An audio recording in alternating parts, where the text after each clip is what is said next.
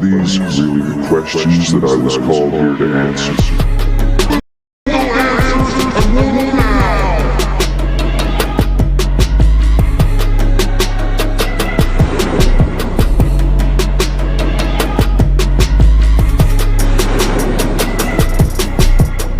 Are these really the questions that I was called here to answer?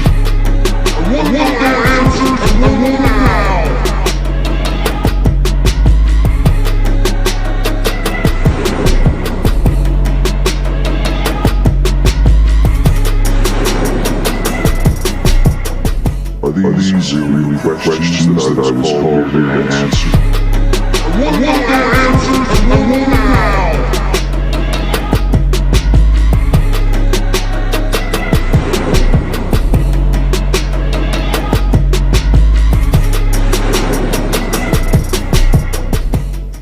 Are these really the questions that I was called here to answer?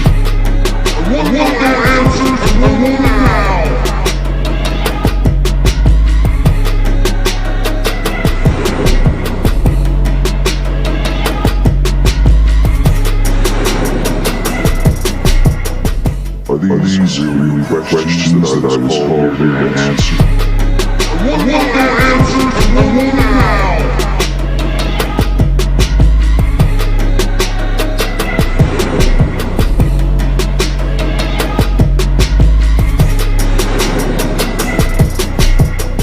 Are these really the questions that I was called here to answer?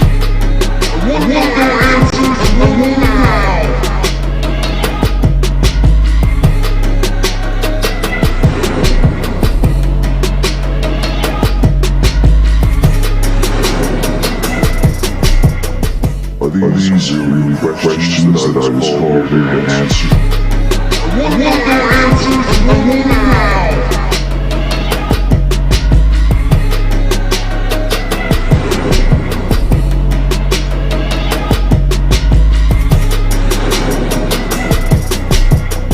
Are these really the questions that I was called here to answer?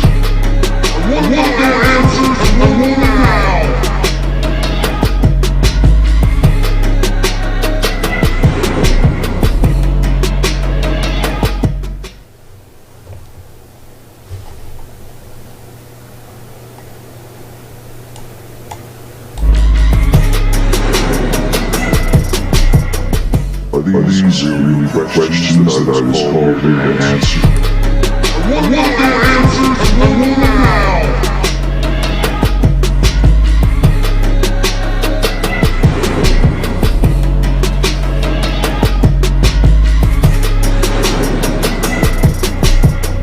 Are these really the questions that I was called here to answer?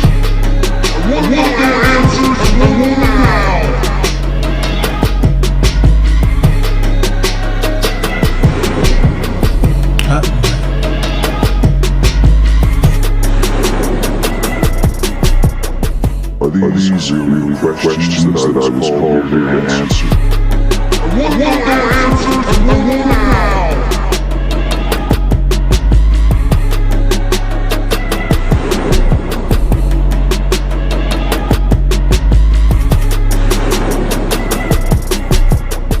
Are these really the questions that I was called here to answer?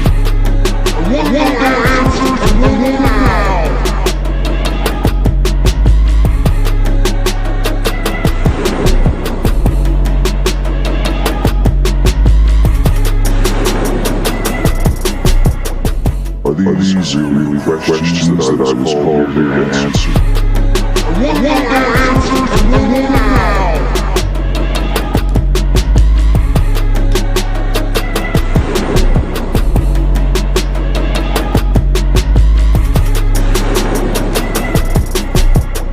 Are these really the questions that I was called here to answer?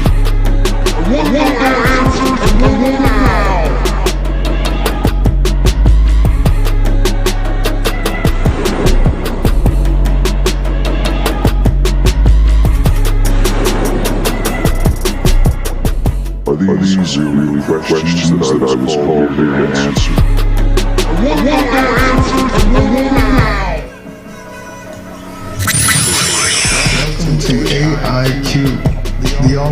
Question Live Show with your host, Don Rico. Isn't that a lovely name? And Mr. Ramon. You're famous. Bringing you the most intriguing questions of the day with live callers and interviews. Are you ready to go all in? Yes. Let us begin. Attention, everyone. Are you ready? Let us begin. Yeah.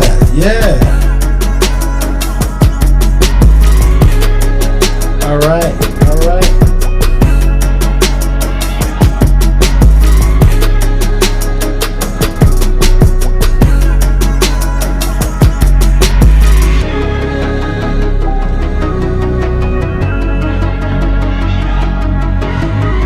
Yeah. All right. Thank y'all for coming. Thank y'all for tuning in tonight to AiQ All In Question Radio, live streaming YouTube and Facebook. You will notice that my host is not here during our quarantine session here in America right now. We are undergoing a mass self-sheltering situation during this coronavirus COVID-19 outbreak. To keep people safe, we are practicing social distancing. And we're going to do that here on the show. My co-host will appear soon, remotely. We're going to do it that way. Therefore, to keep both of us safe, as you should be. A lot of people weren't doing that this weekend, though. Previous weekend. And for those who didn't know, we had some technical difficulties last week and weren't able to fulfill the slot. So we're going to come back to you this week with that show, but live. So again, this is a call-in show, so if you want to get your calls in, go ahead and dial 312-554-5785. That's 312-554-5785 to get your questions and comments heard. You can also post live to our chat box there, and anything that you comment will appear on the screen. That's on Facebook, that's on Twitter, and that's on YouTube. So we're streaming live on YouTube and Twitter. So, yeah, this week, folks, it has been tumultuous. We have had news of the numbers doubling, tripling, quadrupling what they said that they would be, and the projected numbers don't seem to be coming down any further from that. Right now, we have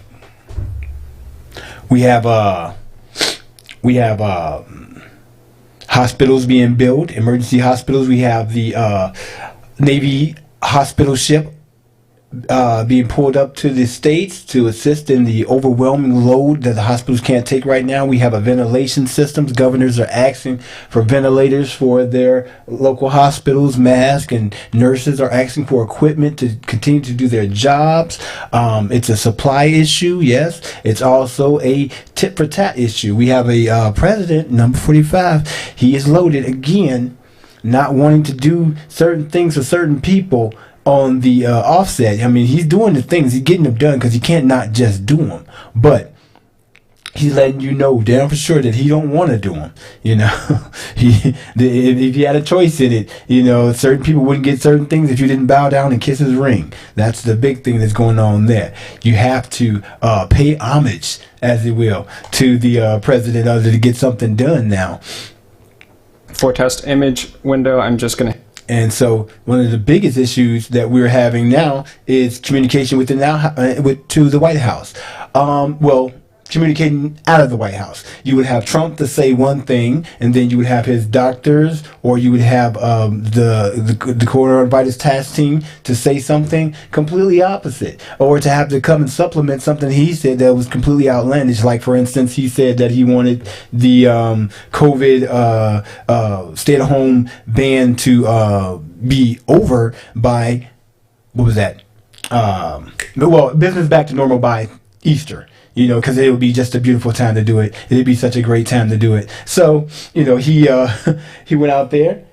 He went out there, put his foot in his mouth, and of course they said, that's a horrible time to do it. If you guys didn't hear, the April 8th date that we had before, it's now been moved back to April 30th. April 30th, folks. So April 30th is the time that you will see some normalcy. I'm not bidding on that. I'm saying for the most part that we're going to see this thing into the beginning of summer all the way through spring. But he's saying April 30th. And this is mostly to make sure that his numbers don't get disturbed by this whole thing. You know, he's trying to get reelected, and he needs that economy to be pushed back up, because this week again, $2 trillion. $2 trillion stimulus package was injected into the economy so that it would boost up morale for the 9-to-5ers and the and small businesses and large businesses. Everybody got a piece of this pie. It got divided up a lot of ways. You say it's a large pie, but $2 trillion can go quick when you're talking about a country of 350 million citizens, plus the corporations themselves, that some people will say, hey, that's like a person itself. So they have to be taken care of and nurtured and fed also. You know, they believe in the trickle down economy. You know, if it works for if it works for the top, it'll work its way down to the bottom. That's that's a lot what you get going on there. So not helpful at all. So what I'm doing right now, I'm seeing if my co-host is calling in, and he's not as yet. Okay. So, all right. So again, we were going to talk about last week. We're going to talk about conspiracy theories, because a lot of these things that we are dealing with now, you know, there's some hardline fact as to what's going on, and then there's a lot of conspiracy out there. There's a lot of black magic, if you will. You know, a lot of homes say, you know, we do this my way, our way, around our way, and you do this around your way. It's not good for anybody. It leads to a bunch of confusion, and what happens when people are confused? They do nothing. They do the worst things. They sit on their hands. You know, you had people out here throwing coronavirus parties because they're young and they figure that, hey, I'm young, nothing won't happen to me, I'm invincible. You know, so I'm going to go out here and I'm going to test fate and tempt fate and do these things. So, you know, they get out here. They get out here, and some of them got sick. Some of them got sick. Some of them, you know, are apologetic online. You have the young man who got on there and said, well, if I get it, then I get it. You know, I'm out here to have a good time in spring break. Woo! And that was the attitude of a lot of those guys.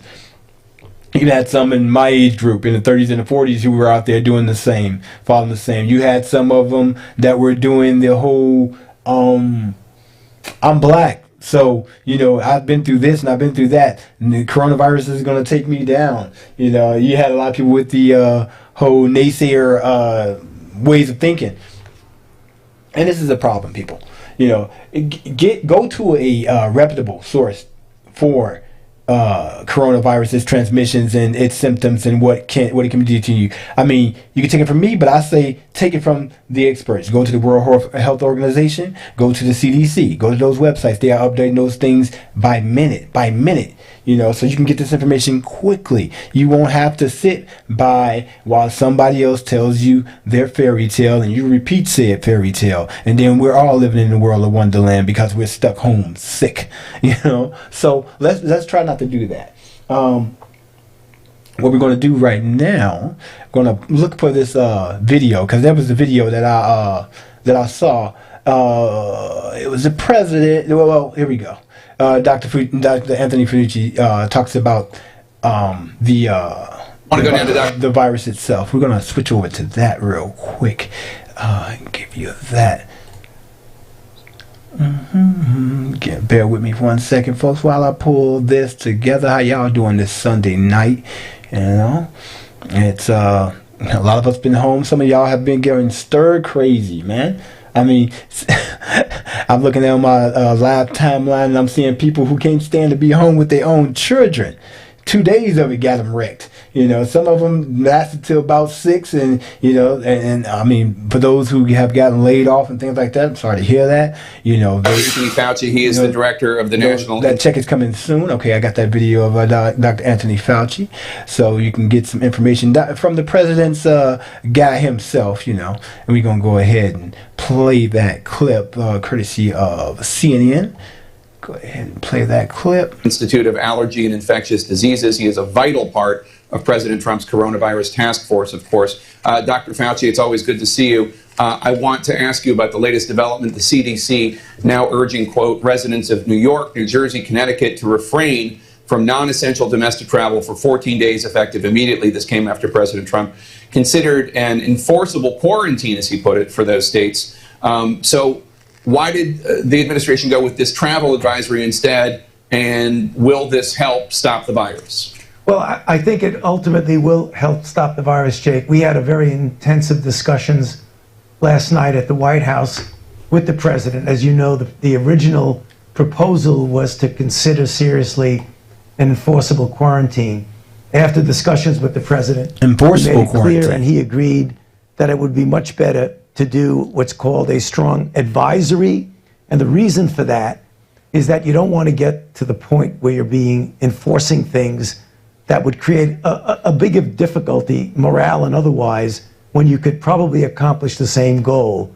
One of the issues is that the infection rate in New York City and the New York City area is about 56% of all of the new infections in the country are coming from that area. That's terrible suffering from the people of New York, which I feel myself personally as a New Yorker. So what was trying to be done is to get people, unless there's necessary travel, so all non-essential travel, to just hold off. Because what you don't want is people traveling from that area to other areas of the country and inadvertently and innocently infecting other individuals. We felt the better part of way to do this would be a advisory as opposed to a very strict quarantine. And the president agreed, and that's why he made that determination last night. And I believe he tweeted it out last night. So, Dr. Fauci, the U.S. Okay, yeah, that was Dr. Fauci talking about the stay home advisory, which is some of us are undergoing right now. I'm in Illinois, Chicago, and we are under the same type of 15-day stay at home, and ours is supposed to be uplifted on the 8th of April. And that's New York, New Jersey, and Connecticut. So he did a complete turnaround, say 180. From the stance of before saying, they were going to quarantine, and then you had the people talking about, well, we're going to escape to Florida, as New Yorkers being as strong-willed as they are. They were going to escape to Florida to avoid being quarantined in New York. So therefore, if anybody did have COVID-19, they would be taking it down there to a more senior population in Florida. That's just despicable. But that's what's been going on in New York right there.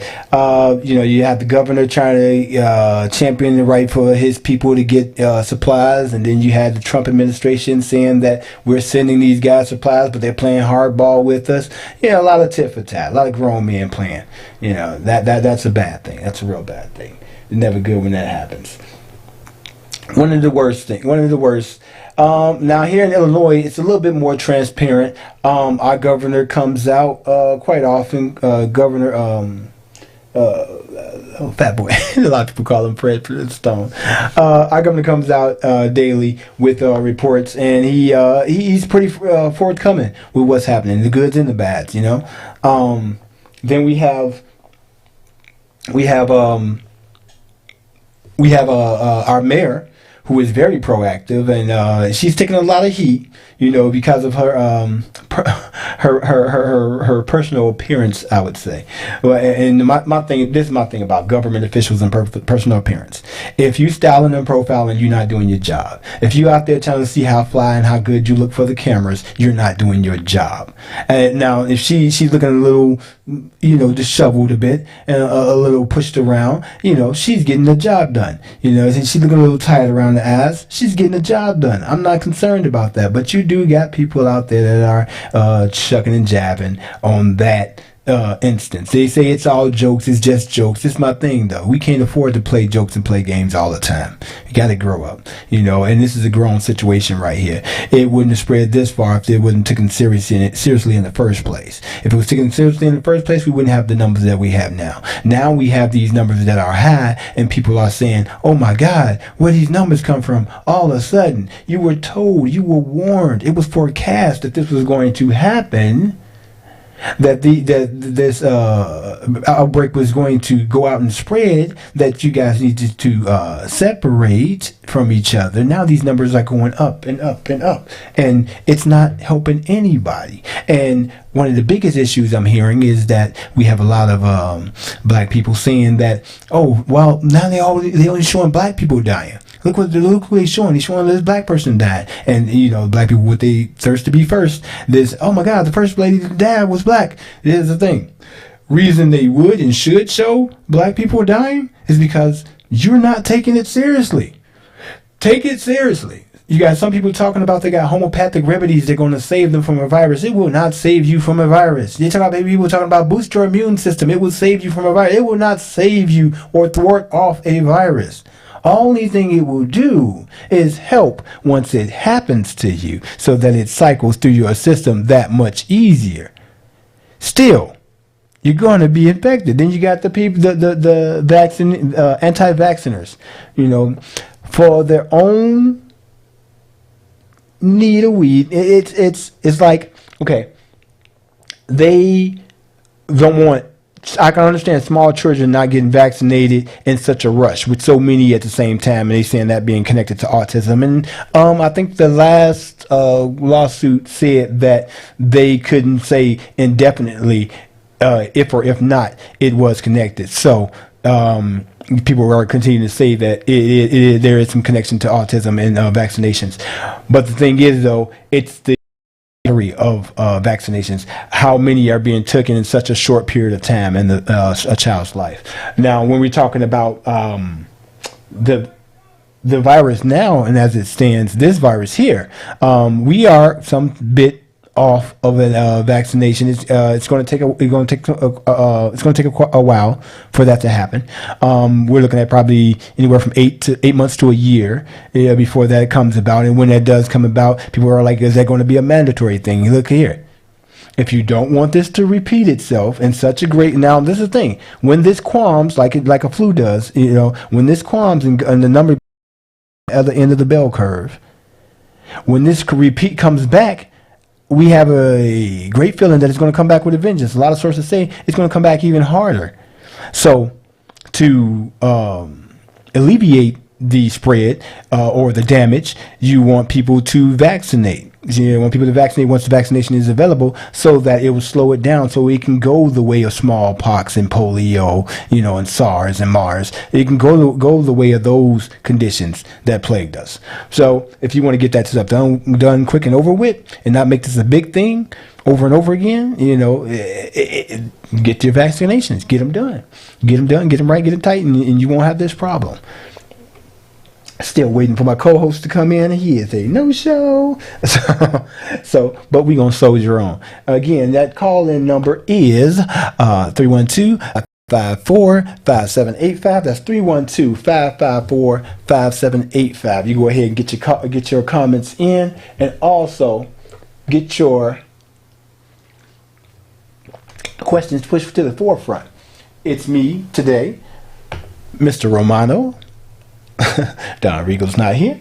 Like I said again, practicing social distancing for our safety, and the safety of those who are around us. Most of us right now, we are quarantined and chilling. That's what's going on. So I'm in the studio alone right now, and my host will join me shortly via remote.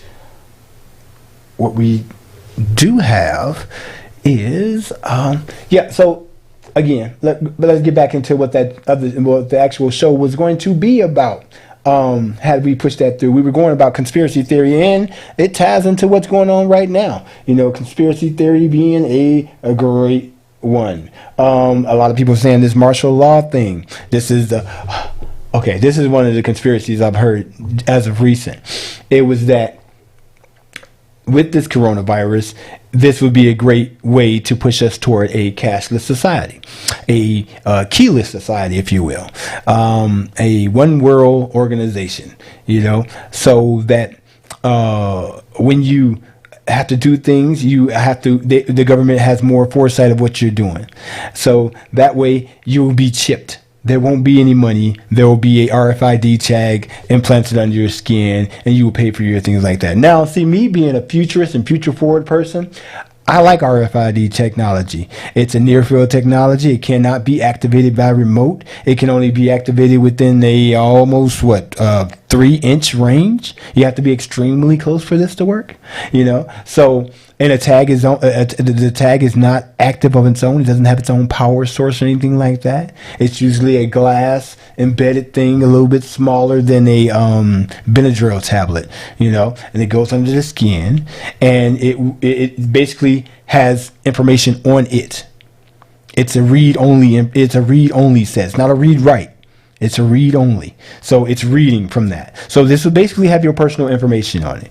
And a lot of people saying that this is tied into the one world ID, that everybody has this one ID, and this is going to take away your freedoms. And when you say freedoms, I wonder, what are those freedoms you're worrying about losing? What is it that you are scared that other people will know? What is it that is out there about you? Not out there about you, that you fear people coming in. You say, the government's invading my privacy. They're looking through my. Because trust me, if somebody wanted to get to it, they would get to it. If it was worth being got, it would have been gotten already. You give up more information than you worried about losing. Every time you sign up for a social media service, such as TikTok, such as Facebook, such as Instagram, anything like that, you're giving up your name, your location, you're giving up your GPS coordinates with the phone so that it works better, but also better to track you for marketing. And some people would say that's horrible, that's bad. It works better for marketing. So it's targeted marketing. So you're getting exactly the ads that correspond to what you want. You ever been driving, and you're getting GPS instructions on your phone from Waze, and suddenly it says, hey, you would like a Big Mac right now. And you look up out the window and notice that you're right next to a McDonald's. That's because of that GPS coordinated marketing program. It's as simple as that, and it can be more complicated. You're in a store, a certain thing, and it tells you just walked into a store, and something from your Amazon wish list pops up and says that, you're in a clothing store. Remember that you have this on your wish list. Boom, boom, boom, and you're able to buy. You're able to save some money. Look at the product, do a little price comparison, and you're able to save some money. Now, people are like, well, what about the nefarious means of that? Well, what's the bad things that can be done with that type of technology? Well, bad. Let's see what bad. Okay, I wouldn't say bad. I would say corrective, which normally is like, they got me. It's more like if you were driving for months with a suspended license, and suddenly you parked your car and you got a boot. And that type of corrective thing. It'll be more toward a push toward those type of things. So people who are avoiding boot lists, it's going to be a lot easier to get you. You're on the move right here and there. They can see that you're on the move. It was like, wait a minute, that citizen whose GPS signal was moving at 73 miles per hour in a zone marked for 25, local or a local camera verifies that. Boom, there's the plate. Okay, you're in that area now. Once you get out that vehicle, you're on the boot list. Boot tow. There you go. And that is corrective big brothering. But you say that's bad, but that's the game you play now. It's just that the odds will be more in their favor. The thing is also, it could work with leniency. Let's say, for instance, you do that, and you have your bank accounts and things like that all connected to these things. And so they see, now they can't, let's say they won't take the money directly out of your account for that fine or fee that you owe for the ticket or anything that you had like that. They won't take that out